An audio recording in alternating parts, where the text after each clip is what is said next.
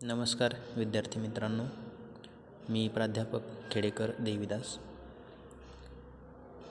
TY BCom या वर्गासाठी advance अकाउंटिंगमध्ये chapter number 2 banking final account या चॅप्टरमध्ये बँकिंगचं फायनल अकाउंट कसं केलं जातं हे आपण पाहणार आहोत. तर फायनल अकाउंट हे तुम्हाला माहिती आहे, तुम्ही 11वीपासून फायनल अकाउंट हे शिकत आलेला आहात. तर प्रिपरेशन ऑफ फायनल अकाउंट म्हटलं की त्या ठिकाणी बॅलन्स शीट आणि प्रॉफिट अँड लॉस अकाउंट हे प्रिपेअर करावं लागतं. तर त्यासाठी आपल्याला या ठिकाणी एक फॉर्मॅट दिलेला आहे, आपण तो बघणार आहोत. कशा पद्धतीनं सोडवायचा आहे तो पण बघणार आहोत. तर SY BComला कंपनी फायनल अकाउंट ज्या पद्धतीने आपण सॉल्व करत होतो त्याच पद्धतीनं व्हर्टिकल फॉर्ममध्ये आपल्याला बँकिंग रेग्युलेशन ॲक्ट 1949च्या under preparation of final account in vertical form हा बघायचा आहे. तर पहा या ठिकाणी 13 number preparation of final account in vertical form as per banking regulation act 1949. त्यानंतर यामध्ये आपल्याला शेड्यूल बनवावे लागतात. या ठिकाणी शेड्यूल तुम्हाला दिसत आहेत. हे 5 शेड्यूल आहेत कॅपिटल अँड लायबिलिटीजचे, आणि 6 ते 11पर्यंतचे जे शेड्यूल नंबर आहेत ते आहेत आसेट्सचे. त्यानंतर 12 शेड्यूल नंबर आहे कॉन्टिंजंट लायबिलिटी आणि बिल फॉर कलेक्शन. अशा पद्धतीचे शेड्यूल आहेत. तर प्रॉब्लेम सोडवत असताना सर्वात पहिले आपल्याला फॉर्म ए हे नाव टाकून घ्यायचं आहे. त्यानंतर ते झाल्यानंतर फॉर्म ऑफ बॅलन्स शीट, त्यानंतर बॅलन्स शीटचं नाव टाकायचं. जे काही तुम्हाला कंपनीचं किंवा बँकेचं नाव दिलेलं असेल तर त्या ठिकाणी balance sheet of dash dash दाखवलेलं आहे. तर इथं म्हटलेलं आहे hair enter name of the banking company. Banking कंपनीची काही नाव दिलेलं आहे तुम्हाला प्रॉब्लेममध्ये, तर त्या कंपनीचं नाव या ठिकाणी येईल आणि खाली डेट येईल ॲज ऑन 31 मार्च. जे इयर दिलेलं असेल त्या इयरचं तुम्हाला ती डेट टाकायची आहे. नंतर खाली कॉलम करत असताना आपल्याला पहिला कॉलम करायचा आहे कॅपिटल अँड लायबिलिटीजचा, दुसरा कॉलम करायचा आहे शेड्यूल नंबर,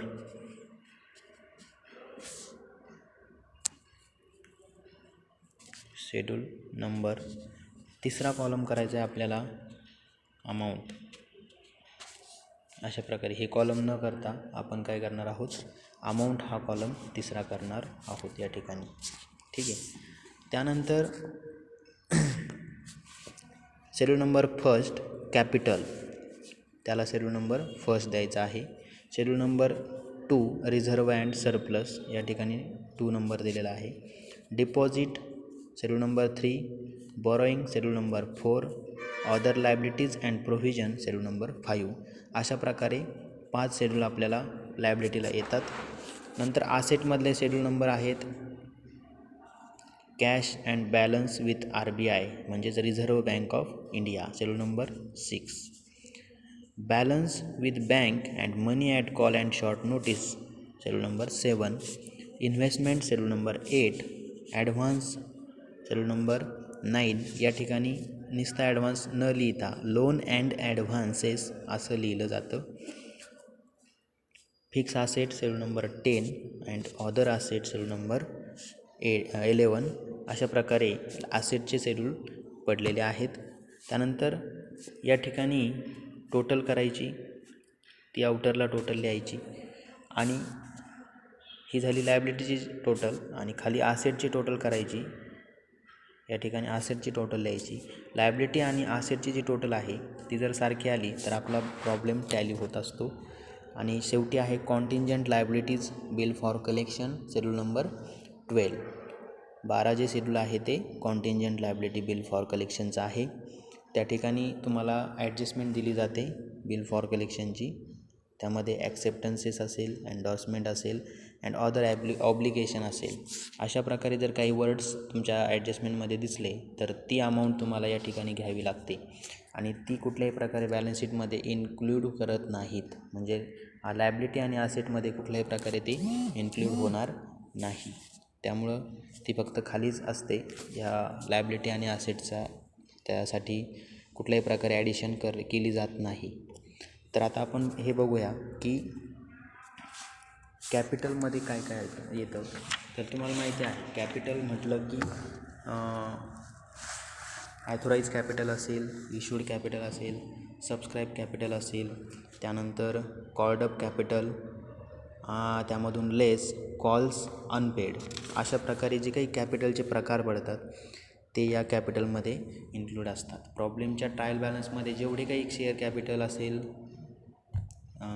ॲथोराईज असेल, इश्यू आहे, जेवढे कॅपिटल असतील तेवढे या कॅपिटलमध्ये वर्किंग नोटमध्ये घ्यावे लागतात. नंतर दुसरं आहे रिझर्व अँड सरप्लस. आता रिझर्वमध्ये स्टॅच्युटरी रिझर्व आहे, कॅपिटल रिझर्व आहे, शेअर प्रीमियम आहे, रेव्हेन्यू अँड अदर रिझर्व आहेत. अशा प्रकारे सर्व रिझर्व तुम्हाला शेड्यूल नंबर 2मध्ये वर्किंग नोट करत असताना घ्यावे लागतात. आणि सरप्लस जर म्हटलं तर सरप्लस हा एकतर प्रॉफिट अँड लॉस अकाउंटला तुम्हाला मागच्या वर्षीचा प्रॉफिट दिलेला असतो आणि करंट इयरचा जो तुम्ही प्रॉफिट फाइंड आउट करता तो देखील हा balance in profit and loss account या ठिकाणी इन्क्लूड केला जातो. नेक्स्ट आहे डिपॉझिट.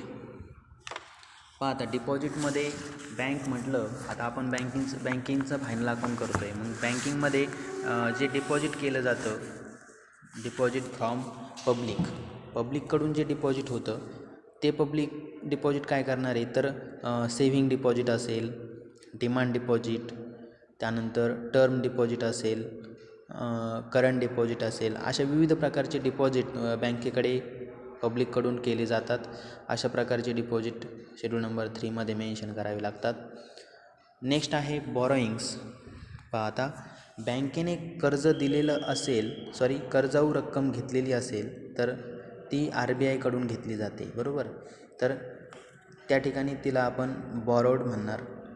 तर कोणाकडून घेतलं जातं कर्ज? रिझर्व बँक ऑफ इंडिया, नंतर अदर बँक, त्याचबरोबर अदर इन्स्टिट्यूशन अँड एजन्सीज यांच्याकडून आपण बॉरोइंग्स घेऊ शकतो, म्हणजे लोन घेऊ शकतो. आणि शेवटी आहे schedule number 5 other liabilities and provision. Other लायबिलिटीजमध्ये बिल्स पेबल आहे, त्यानंतर क्रेडिटर्स आहे, नंतर इंटर ऑफिस ॲडजस्टमेंट जर असेल, सपोज ट्रायल बॅलन्समध्ये इंटर ॲडजस्टमेंट असेल तर ते देखील अदर लायबिलिटीला घेतलं जातं.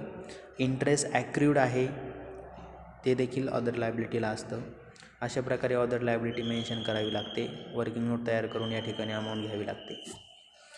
नंतर आसेटमध्ये बघूया आपण. पहिलं आहे cash and balance with RBI, reserve bank of India.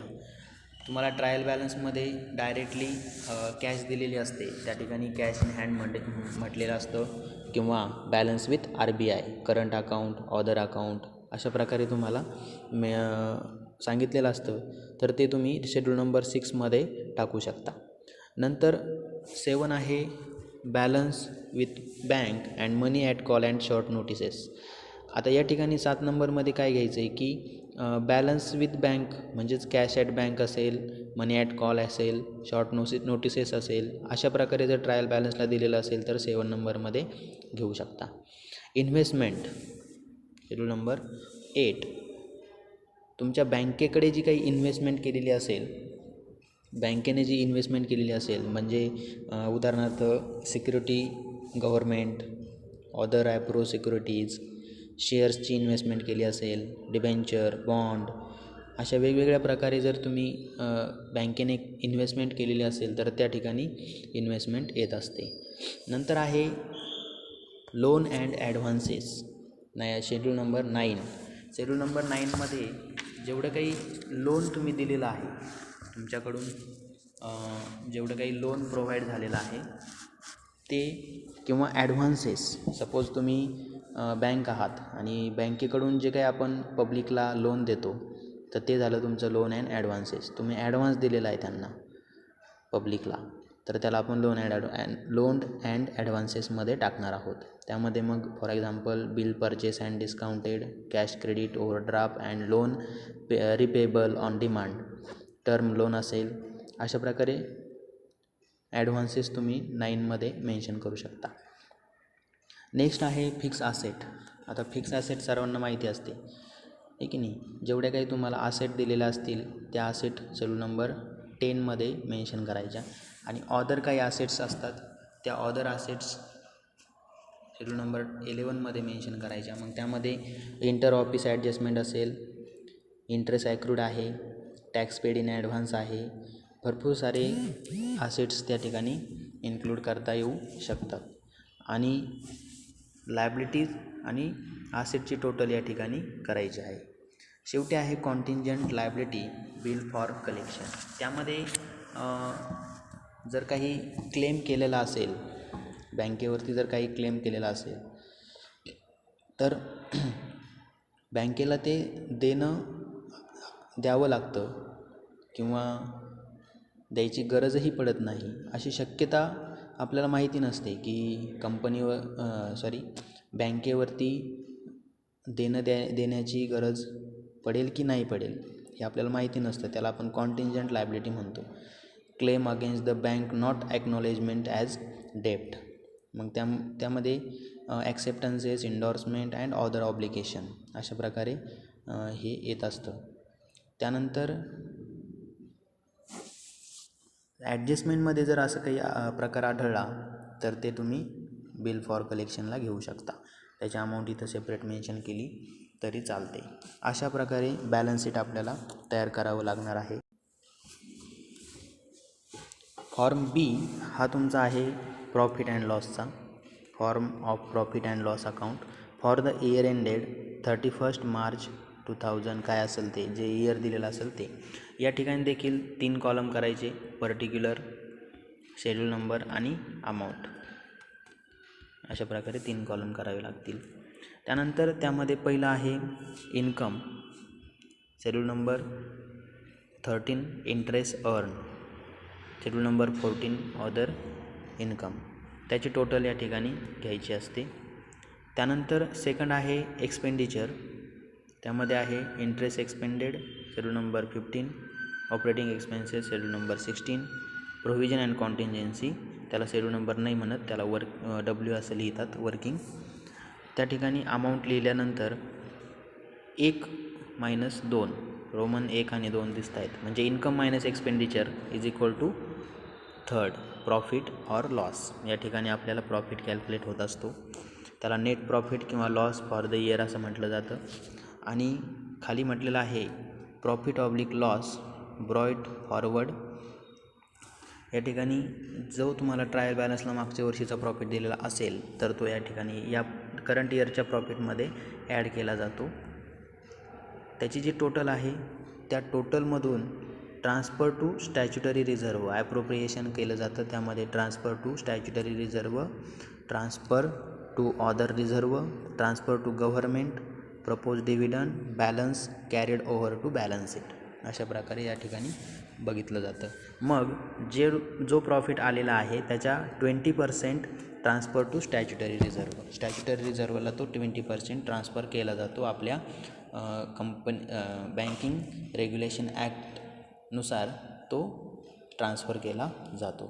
त्यानंतर राहिलेले जे काही प्रॉफिट आहे तो देखील आपण रिझर्व अँड सरप्लसला balance carried over to balance sheet असं म्हणत असतो आणि तो ट्रान्सफर करत असतो. अशा प्रकारे आपल्याला फॉर्म ए आणि फॉर्म बी हा प्रिपेअर करावा लागतो. समजला असेल.